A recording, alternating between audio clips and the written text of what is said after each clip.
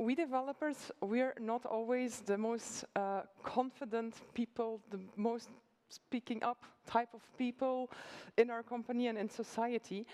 But we are regarded as indeed these smart people that can make it happen, and we do make it happen, right? And I just wanted to say, if you step up to your product management, your boss, whatever, and you say, oh, maybe we should switch to a green provider, or for the Java people, which I think most of us are, oh, we should switch to native compilation, Graal VM, for example. Startup times are up to 100 times faster with that, so we have these frameworks. If we're going to say that to our boss, like first time they hear this, they're like, okay, maybe whatever, data point. But if we all do it, and 3 days later they hear it from somebody else, they're going to be, okay, yeah, the other person also told me that, and they know what they're talking about, maybe we should consider this. The day they hear it from a third person, they're like, okay, yeah, let's look into this, because everybody thinks this. So just dare to speak up about sustainability, code accessibility for bad of hearing, blind people. Like, give these issues a voice. And if everybody does, it will make a change. Okay, so let's dive into my topic today. Wait, before I start, who of you has been using coding assistants like GitHub Copilot, IntelliJ? Okay, like, I would say 30%. Good. Who has been using ChatGPT on like a weekly basis or more? Okay, that's a bit more. Okay, that's really cool. Let me warm you up to some applications that you maybe didn't know of before I really dive into the topic here. Last raise of hands. Who of you likes to work with date-time objects, juggle them around, throw them into other date objects? Nobody, right. So let me just give you a quick demo of what LLMs are already capable of today in LangChain4j. That's the framework I collaborate on. Just a little code example here, so you see if you want to connect in Java to models and how you can use them. So LangChain4j allows you to create this chat model. I'm making an OpenAI one. And then we have AI services here, and this is how they work. You just declare an interface of what you want this to do. So this has a translate method, translating a text into a certain language. It has a summarize method, summarizing a text into n bullet points. And what I want to show you today is an extract date time from a text that will return a local date time object, right? We don't have to do any conversion ourselves. And then you just like declare it this way, and you can create them and have an actual instance of this. Let's look at this extract date time method from this text. It was exactly 3 days before the Belgian National Day of 1989, just 15 minutes shy of midnight, when Kiekeboe noticed that his daughter Fanny had escaped from her room. Now, if we're going to try to extract date time from this with an OpenAI model behind it, here we go. So the year is correct. It's indeed like 21st National Day, 1918, 3 days before, and 15 minutes shy of midnight. And you have your local date object right straight out of an LLM. You didn't have to do anything more. Some other exciting things for us as developers, it's plain ChatGPT. Yeah, like to have it help us with front end, because I struggle, but since ChatGPT, I don't struggle anymore. Let me just copy this because I'm lazy. So I'm just asking it to generate me some demo data, because I'm working in bioinformatics, some measurement values for a certain protein in JSON. And there we go. So usually that's perfect JSON. You can kind of count on this, that this is working syntax. So if you want to use this in your test, your set, you didn't have to invent anything there, and you can generate as many as you want. And then I would want to ask a follow-up question, like generate me like an HTML page. Let me paste that in and let it get going. So I ask, like, for this demo data that you now generated, generate me an HTML page where the physician can enter a molecule ID with all this data that you just suggested. And then when they click submit, makes a call to localhost lab results with the compound ID, and then a message that it was uploaded successfully. And I ask it to put it all in one file with the CSS and the JavaScript, because I just want to copy this out. So what we have here is our CSS in our file. Let's see what it came up with. Here we see these different measurements that it just gave us in the example before. And then it's doing the script for the upload button. All right, it's done. So we can just have our coffee in the meantime. Let's see if this works. Wait, I'm just making sure I copied it. So this is just some random HTML renderer. And let's see if this works. Yep, this is a valid HTML. Here we have our compound identifier I asked for. And then I can fill out all these values. Then let's see what happens if I submit. Well, all right. Well, okay, makes sense, right? That I at least have to fill in my compound ID. Let's see if it made the rest. Yeah, it made the rest mandatory as well. Well, we can ask a follow-up question, right? I was very unspecific, but to show you a bit the power of this stuff, like I didn't code any line, either CSS, JavaScript, or HTML, and it's working quite well out of the box for this type of examples. All right, next up, another thing it's super good at, it's writing SQL. So this is an example that I'm going to show, Quarkus LangChain for J integration, where you ask something about a movie, LLM is going to turn this into an SQL question, go to your database, and give you some proper answer based on that. So I have this app running. I've just started it on localhost, so let's see if it wants to. So I want to watch a popular, what does it have, movie from the 90s. Yeah, let's just autocomplete what I already asked there. And now you should, okay, it's recommending Shawshank Redemption. Okay, and let's see what happened backstage there at our logs here. You should see at some point the SQL code here. Select movie from movie table. That's not good. Let me ask that again. I want to watch fantasy movie from the 90s. Okay, so 1 out of 10, this actually fails at generating something good. The demo gods were not with me. Oh, come on. Oh, demo effect, right? Okay, let me let me just get angry at it. Let's see what it made this time. Okay, this is better. So this time it selected where genre like fantasy. This could be better if it would know what enum it has. Could do a proper one here, and then the year between 1990 and 1999. And most of the time it makes really proper queries that work, and then should this time give us the matrix. Amazing. I'm just rewatching it. It's amazing. All right. Okay, another thing when you start dealing with LLMs is change your paradigm of thinking. So LLMs can write code. LLMs can also generate unit tests for their own code. And yeah, there may be some bugs in the code, and there may be some bugs in the unit tests, but when it starts testing itself, you will find out quickly. LLMs can come up with solutions, and then score their own solutions to make you pick the best one. They can generate a list of steps you need to perform to solve a more complex problem. Then they can call LLMs or themselves to execute these steps. And that makes them really much more powerful, because at very complex tasks, they're not so good. But they're good at splitting them up and doing the subtasks. And LLMs can also decide whether a task is suitable for an LLM. So what you see here on the graph is part of LangChain for J.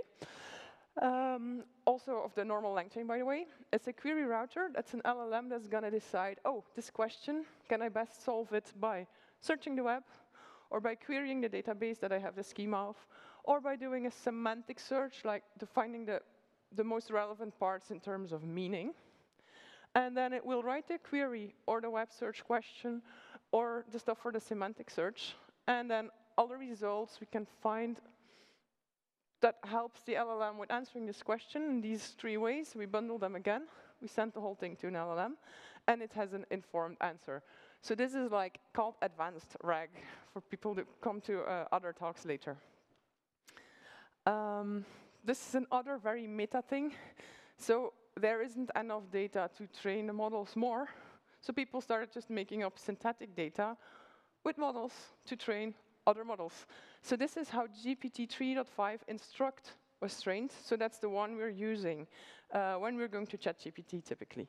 So first, they made all kinds of examples for the model to answer well. They trained the model. Then they let the model answer questions and give some options. And they let people rank these options. And then they trained a model, a reward model, that was good at ranking options for certain questions, doing just that. And then they used that reward model to train the original model way bigger, and then the normal model gives its output, and then the reward model says how good it is, and this is then used to train the weights of the model. So crazy things become possible these days. Also, models, it's not only LLMs, it's not only text in, text out. They're like, you can predict anything. For example, there's this NVIDIA model predicting how hair will fall when you pull on it, when you touch it. So it's a notoriously difficult problem for Disney. They used to have a whole team working on just hair simulations for their movies. Now we have models that can predict that. And on the other side, you see Depth Anything, which is an open source model that for video or for images can predict the depth of the object super nicely. You know about all these climate issues and that you need so much compute power to get some proper result. And like a lot of these issues, like they're being worked on by greatest scientists of our time, and they're being solved. So what you see there in the upper left, yes, corner are Phi 3 Mini, Llama 3, and then Llama 370B up there. They came out a couple of weeks ago only. And for example, this Phi 3 is almost on par with GPT 3.5, the thing behind ChatGPT. That's already super good. And it's maybe 100 times smaller, super much faster, super less energy consuming. It's still about 3 gigabytes, so you can run that on your local computer. And so I'm a believer that we're going to tackle these climate issues because in 1.5 years, this got orders of magnitude better and smaller. Okay, so that was just a warmer up to show you a bit what's possible. Today, I want to show you how AI actually works, just a quick intro, then see where we can apply it in the software development lifecycle. Then I have some warnings that come with it. As you could already see, it's not always perfect and such. We're going to have a look how we can build an AI into our applications, just scratch the surface there, and then a future outlook. Where are we heading? So I'm Lize. I work for a bioinformatics company in Switzerland, company that cannot be named, but I'm head of AI there and also software engineering lead. I'm a collaborator of this LangChain4j framework that lets you connect to LLMs really easily straight from Java. And then I'm also an AI transition consultant at company OpenTide. Okay, let's dive in. How does AI actually work? Here you see a neural network. So it has nodes and weights. These nodes at the input, they are representing something that you can grasp. For example, say it's an image model. You're going to send in the pixels of your image on the input layer. There are going to be a lot of calculation happening, values propagating through this network, and at the end you get an output layer, which is again something you understand because you ask for it. For example, categories or labels. What is there in my image? Everything in between, it's not so clear what it actually represents. That's the whole black box idea. And the deep learning term comes from the fact that we have multiple layers in there. So all the intelligence of this model lays in the weights, like how do you go from one node to another. And to train those, we use these huge training data sets. Then we determine the weights. And that with the weights together, we actually have a calculation scheme, which is called a model. That's what a model is. Then when we want to use it, we're going to send in an input, and it can be anything. Like you can, as we saw, for hair, for depth, anything. You can use it as an input. In this case, it's an image. It goes through this whole calculation scheme. That's where all the resources are needed. And then you get labels out of this, in this case. But again, the output can also be anything you trained it to do. This is a slide I stole from Leandro von Vera from Hugging Face. I was pretty amazed to hear the story behind how they trained StarCoder. It must be about the biggest open source coding model out there. So they've collaborated with over 1,000 scientists to gather the data, to clean up the data. They kind of downloaded the whole GitHub repository, but then had to clean it up, right? Because all our messy code is on there too. So SentaCoder was the first version, just a proof of concept to see if it works. It covered 3 programming languages, just cost $8,000 to train that. And then they've moved on to 80, and now recently in February to 600 programming languages covered. It cost a shit ton of money to train it, but they got grants for this because it's open source. And that's something very nice we see. Open source models are catching up these days with the commercial ones. And most coding assistants or coding models are trained based on their dataset, which is publicly available, even the commercial coding models. So I like the story. You can tell. Now, once you have this model, what do you do with it?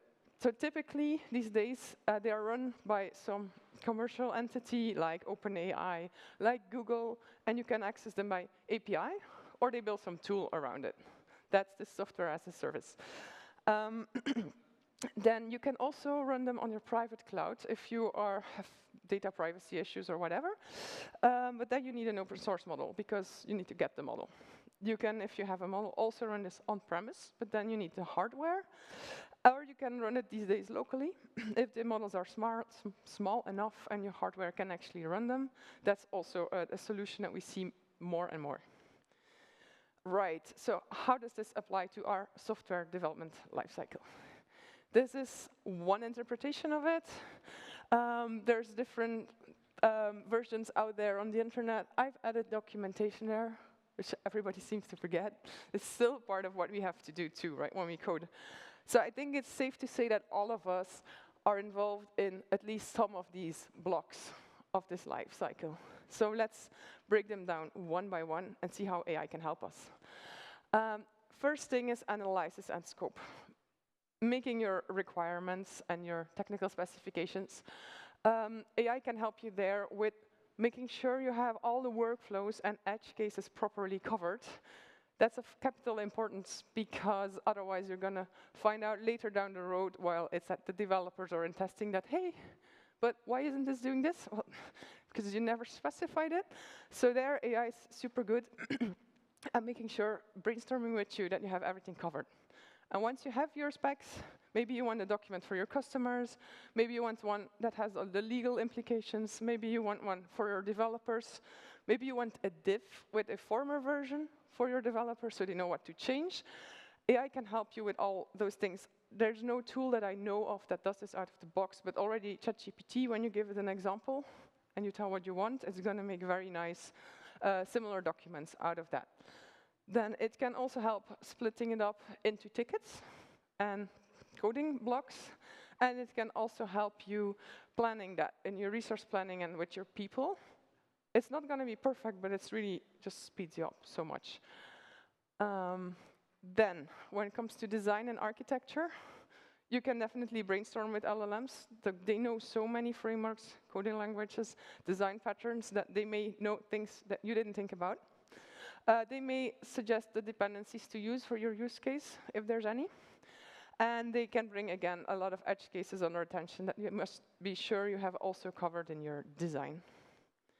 Then the biggest block, implementation and documentation. So I split this up in writing code, collaborating and pull requests, and then this documentation. So for writing code, we all already know these AI assistants like GitHub Copilot. They work nicely. They are sometimes helpful, but then also sometimes absolutely not. Sometimes they are annoying. They're not good at dealing with really complex code at all, but they're good at writing boilerplate code. So they are in for an upgrade, and people are working on making them better. For example, with graph databases. Graph databases store, instead of like rows and entries and tables, they store entities and links between entities. So in code, this could look like you have a certain class, and you're going to have extends, other classes, you're going to have implements, certain interfaces, you're going to have objects that are linked to the class, objects that are fields of the class, classes that this class uses, and then you build up a real understanding of your code, and then you can make these coding assistants much better at handling these complex use cases. So it's not there yet, but for example, I know that people at Deutsche Telekom, Cyril Sadowski's team, they're working on this advanced coding assistant. It's promising. Let's see, they're building this right now, and they're going to make it open source. So let's see what comes out of that one. And they're using LangChain4j in their backend, so we're very proud of that. Another next level tool that I really can recommend you to go test out at home is cursor.sh. Is an AI first coding assistant, or coding editor, sorry. It's a fork of VS Code. Just gonna show you a very quick part of someone else's talk. Go see it, it's really amazing. AI-powered software development from the trenches by Henrik Knieberg. Don't know how you pronounce it for sure. Just gonna let this run for a bit. So he has this front-end app with tiles of what games you can play with his program. There you go. And then he asked simply in this assistant, now I want to be able to toggle the layout to row entries. And then you just see the IDE write stuff. You can do apply diff when it works. And then, I mean, this is what it made out of it without him doing anything or even explaining how this code works, right? So he went from his blocks. Then now he has this toggle button that's added, and then he can just like, has it by row entries. Yeah, this cursor sh, try it at home. It's exciting. You can just start from a blank screen and you say, I want stuff to do this and this and this. Did this stop? No. And then you just see it write your SQL files and your Java files and your HTML files. And last time I tried it, put everything in the root, so that was a bit of a problem for building, but it's just amazing to see it code for you. Another thing you may have heard about is software agents. So Devin shocked the world a little bit, but then in the end not. Software agents, they can perform all the actions that we can as developers. So they are LLMs or coding models that are given tools to go look in your file structure, open files, scroll in them, read in them, decide what to do next, run your code, check what the output was, fix anything if needed.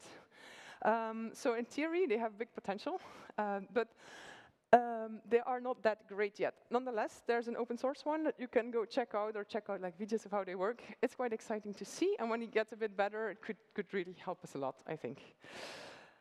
Okay, these are some of my dream tools that I don't know if they exist yet, but I hope they come. So spot bugs, but then to the point. Just not nagging about all of my code, but actually nagging about the real problems. Then I would actually switch it on again. Pre-PR reviews, so that before I commit, I already get like, maybe you want to change this and this and this, and just an apply diff to put this in my code if I agree. And I would like, instead of, if you open IntelliJ or Eclipse, you get this, if you don't switch it off, like, did you know this is very nice to use, or this button is there? I would like it to teach me things based on what I've actually written and what I'm actually doing, because it can perfectly know what I don't know yet or what I could do better. So I would love to have these tools around, and I'm sure they will come. When it comes to pull requests and collaboration, there's a fascinating tool called CodeRabbit that you can install on your GitHub repo. What it does is it makes a summary of your pull requests, and then it does the review for you. And it's amazing because it catches things that I wouldn't have caught. And it also doesn't catch things that I catch. But like as a team, like AI pair programming, it's amazing. And when it's an easy fix, it also really offers the fix, and you just do apply diff, like, oh yeah, great. This could have been a null pointer, and there you go. Another tool that's just out is GitHub Copilot Workspace, which lets you collaborate and fix bugs, and also gives you suggestions how to fix the bugs, which you can, again, accept or not accept. At the moment, it comes with a wait list. I know somebody that got in and said it's not that great. So that's a bit the trend that these days. It's not that great. It's a little bit helpful, not yet super much, but I think it will come. Then documentation. We have to do it. We don't like it. So it can write it for us, for sure, and it does a really great job at it. And then it would also be nice if there were tools that says like, oh, your PR seems to affect this part of the documentation. Here's the diff to update it. Thank you very much. All right, moving on to testing. So you already saw to generate demo data or testing data, it's really amazing. It can also generate unit tests and think of edge cases that you didn't think of, or you were like, should I really test this? I'm too lazy. Well, it just writes it for you. So it's in very nicely. Also for people writing integration tests, Cypress and Selenium, you're like, I just wanted to click around here and then have this little slightly different workflow, and then to write this in the code, it's horrible. Also there again, it can help. Anything that's conversion from something you can explain in human language to machine, especially if you give it a couple of examples, is also super good at it. And then my dream tool is one that, when testing, finds something that was not clear in the specification, or when they change the scope, they never say they change the scope, we find they change the scope, right? I want this to be properly documented all over the process, in the documentation, on my Jira tickets, even in the original customer documentation, and also again, their AI could, in theory, help you very well if somebody writes the tool for it. Deployment. So our IT and DevOps department are super happy with ChatGPT because they are doing so often setting up servers and things that they never did before. Usually it's a huge struggle. Now they just ask ChatGPT and it gets them really far on the way to do this much faster than if they would have struggled through it alone. Then there's a bit of the out-of-the-box thing, the fun releases of Climeworks. So they wanted to have a higher release frequency. And so they made it fun. They auto-generated names and funny images for their releases and also automated the release notes for everybody. And in 1 year time, so making it easier and fun, they got twice as high release frequency out of this. And it's just also nicer for your employees. And then my other dream tool, if anybody wants to start building it, is automated release notes, but then specific to me, because I usually don't read through all the release notes because 99% is not affecting my code or what I'm working on. So just like tailor to mine and just saying, hey, this and this and this code could be affected by this change would save me a lot of time. Okay, last, maintenance. So AI-powered log file analysis is already a thing, especially in security and banking. It outperforms human or rule-based log file analysis in catching security issues and shady things going on. It's got so easy now with AI to process these big batches. So if you start logging more, you can also start having an idea how users use your software, what they use most, and have AI analyze that for you. And then some more dream tools, like if you know about these, let me know after the talk. I would be happy to find them. Automated bug classification and then ticket dispatching. So it's not like, oh, we have a bug coming in. Who should we send this to? Who was responsible for this code? AI can do already a proper first guess and just automatically send it. If it was wrong, it can send it through to the right, like the person can send it still through to the other person that has to do it. System down alerts with some automated bug analysis with it and alerting the right person right away. And then when it comes to bug reports and new features, AI can also help you intelligently planning like, oh, it seems like this, touching the same part of code. Let's put these together in our next sprint. We'll make it also much easier. Now, when it comes to the entire life cycle, one thing that AI is already quite good at and a lot of companies are already using is that AI can help us find stuff. Sounds funny and not so useful, but research showed that knowledge workers spend 20% of their time searching for stuff, documents online, wherever. And that's 1 day out of 5, right? 1 work day per week. And AI can really make search easier with RAG. Stefan Janssen has a talk about it at the end of this day, if you want to know more. But you can do a joint search on, for example, your Jira tickets, your documentation, your requirements, and the code to see like, hey, I'm working on this part, like what is it doing, what was it specified to do, why is there a bug? A tool that's already out there, but again on waitlist, is Rovo by Atlassian. So it integrates all their type of documents, and I'm not sure, at least they will in future definitely also cover other applications that you can join all the data together. And then this is one very promising track of two people at Red Hat, Kira Gout and Josephine Pfeiffer. They said, like, hey, when we are coding, this is the feeling I have too, I'm very often doing like the same sequence of events. Like I change my code, then I build my system, then I gonna check this part of code that I changed, and then whether when it's good or not, like I'm gonna go back to my code. Always the same thing, so predictable. So they started logging this. They started logging events, which like an action, like click, and a subject, like which button did you click on. And they started gathering data about the sequences of actions we make as developers to help predict what's the next thing you want to do. Like maybe what's the next thing you're going to click on, but then also maybe what's the next 10 things you're going to click on, and if that's yes, that's like very nice. So it's still a very much in proof of concept state, but I think they're going the right way. Okay, some warnings here. I mean, I could fill, I think, a whole day with warnings as well. But let me say the main ones. I like this statement of Kevin Henley.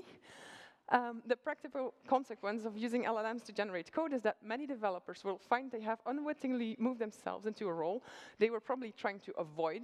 They have automated the creation of legacy code by the LLM and have redefined their job role as debugging and fixing this legacy code. This is a graph on code churn. Code churn is a measure to see how often a specific line or part of code has been changed in a certain time frame after it's been released. And so it's a bit an older graph, but you see it going up since GitHub Copilot, so it's something to watch out for. Like, it's an indication that the code is of less good quality and people need to come back to it more. Resources and the climate. So as said, yes, a year ago, like huge resources went into running these, training these models and also to running them. But now they're like becoming so small. If this trend continues, the footprint of AI isn't going to be that huge anymore at all. And then from my work, a case is that we have this gaming computer running a coding model, and it serves up to 200 developers, like live coding completions for about 100 watt only. And then if you see, like, okay, how much time do they save by having these code completions versus, okay, we have a machine of 400 watt running all the time, it becomes, again, maybe a very interesting climate-wise. Now, will AI solve all of your problems? Some people seem to think that. Like, there is a tool already out there that was set to solve all of our problems. It's duct tape. If it's not solving it, you were just not using enough of it. And at the first glance, this seems true, right? You can use it as paint. You can use it to scotch your boobs together. You can use it to fix airplanes and take them to the moon for sure. And like also in piloting, it comes in super handy. But it's not always the right tool for every problem. And it's the same with AI, right? There are tools that are already, there are jobs that are already solved very well by normal tools that don't need AI. So really, AI is kind of this hammer that solves many problems because it is quite general purpose, but still, like, use your brain if you really need it or not, right? Just a little warning. When I talk to people that are in the AI business or in a company that tries to jump on the train, I hear they all have been overworking for over a year on end, trying to follow up, trying to be the first one. And yes, these are times where you can still be the first one. You can lay foundation of a very successful company right now, but at what cost, right? I think at some point we're going to have a collective AI burnout, because this, it's not sustainable. I'm taking an AI pause in July. I will need it myself too. Okay, quickly on AI-powered applications, but I'm just going to scratch the surface, right? This would be the stack of such application. We have this data collection and training layer. We have this model layer. So green and yellow are typically taken care of by data engineers, mostly in Python. We don't have to do this. We can if we want a special model, but we can also just ask our data engineer to, hey, I want a model doing this, train it for me. we can just stick to our normal application layer there using this model as a simple API, and we just say in our known terrain. How are you addressing then these models when you have them? So typically that's going to be via API, but then you need an internet access. There is always latency, but that's in every case at the moment. There's quite some latency when you make calls to models, so think about that in your app design. It's costly. You pay per token, which is kind of per character. And then there's privacy concerns, because you're stuck with the terms of whatever provider you use. You can also access them right from JavaScript. You can use the GPU or CPU of the computer you're running on. It's just a little side excursion here, because it's very cool, it's very new, and it's also interesting to know, right? When you design application, you can maybe just access it straight from JavaScript on people's computers. So I heard this speaker making a really cool tool. And this should, yes, there we go. So if I'm just addressing my normal CPU, it's like, you can see that it's quite slow. We have 4 frames per second here. But it can access from JavaScript to my web GPU, and now I have over 30 frames per second. And then you can make all kind of amazing applications so that I can. Good. But now, for us Java developers, so Java language is adapting to these trends. So we have Project Panama that lets you talk to your hardware in a much more direct way and to native code. There's Tornado VM that lets you access the GPU straight from Java code. And then also things like Project Loom are very interesting, because we're dealing with these high latency calls, and it's very nice to put them on a virtual thread while we're waiting for the answer, so we don't block our entire program. So that's nice to know that our language evolves as well for this. Now, where would you put this in your application? So this is number one thing everybody thinks of is chatbots, and yes, they're super cool. But we can also do so much more. I will show you after.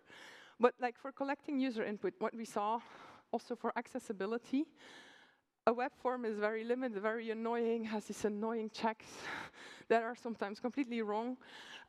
When you use a chatbot or even voice recognition, large language models can know how to collect everything they need to know. They can tailor it to whatever specific flow your user is in. So there's not these pointless fields that you don't need to know anyway.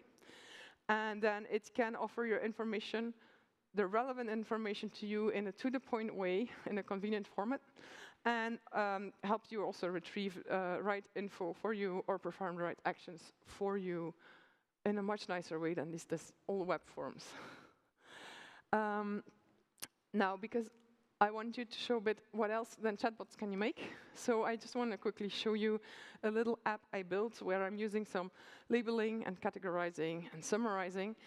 The code is on GitHub if you want to try it out, but it's also deployed here. So it's a feedback analyzer, and I mean, these fields are a bit random. I feel like 20 today. Yeah, I live in Switzerland.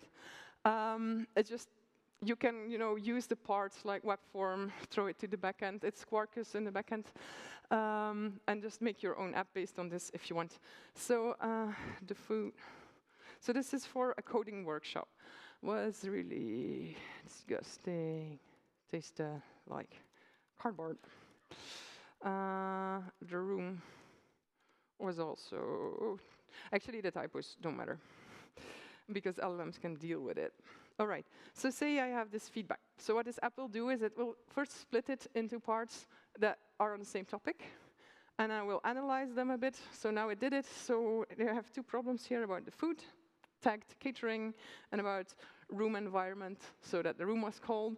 And then it gives some urgency estimate, like for coding workshop, it doesn't matter much, but for a city, for example, it could be very useful. And then the other part of it is that like this gets stored in the database, and you can have a look what kind of feedback people gave, but also you can ask questions. So if you see, oh, there were lots of complaints about food, you can say like, what did the women think of the food? Now, I've put myself as a woman. WebSocket is currently closed. That's a pity. Yep. Hey. Yes, okay, try again. What did the women find about the food? Okay, it will deal with my typos. Voila, and then, so you can explore your feedback in this way, in a smart way. So women found the food really disgusting and tasting like cardboard. That's indeed what I send in. It also gets interesting when you have much more feedback. So what's the architecture, this great drawing of this app? There's 4 places where I have LLMs involved. So first to split my feedback, then to analyze all the parts. Then it's also going to be stored in a special embedding database. If you want to hear more, go to Stefan's talk again. And then when I'm chatting with it, it's going to retrieve that in very smart ways. So we both have like a meaning search. That's how it's found everything about the food, combined with a metadata filtering where it writes the query that it's only, in my case, only the women comments. So this is what it looks like, the apps of the future.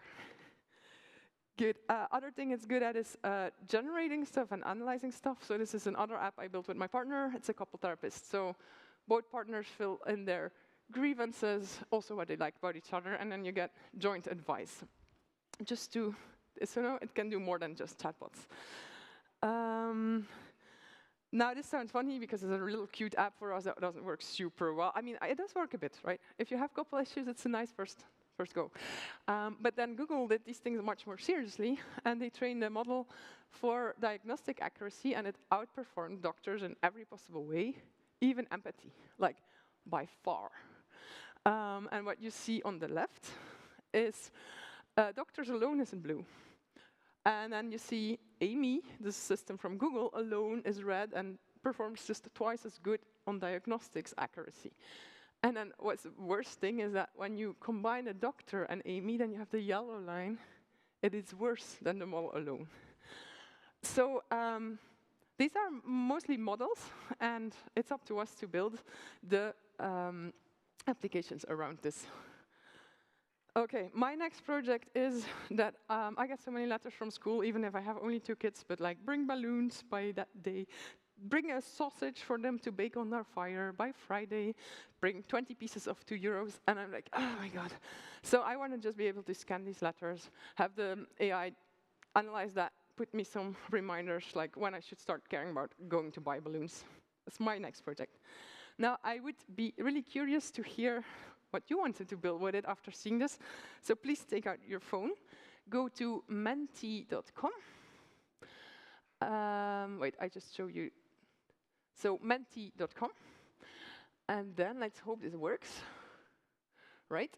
So please then give in the code 34162422. And we should get a word cloud here about what you're excited to build now, or how to use it in your development lifecycle.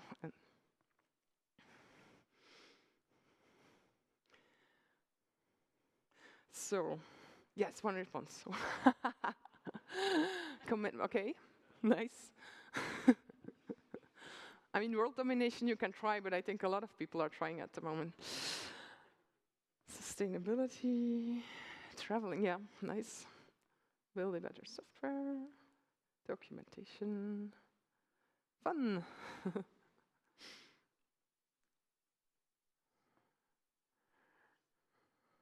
Tennis, right, good luck.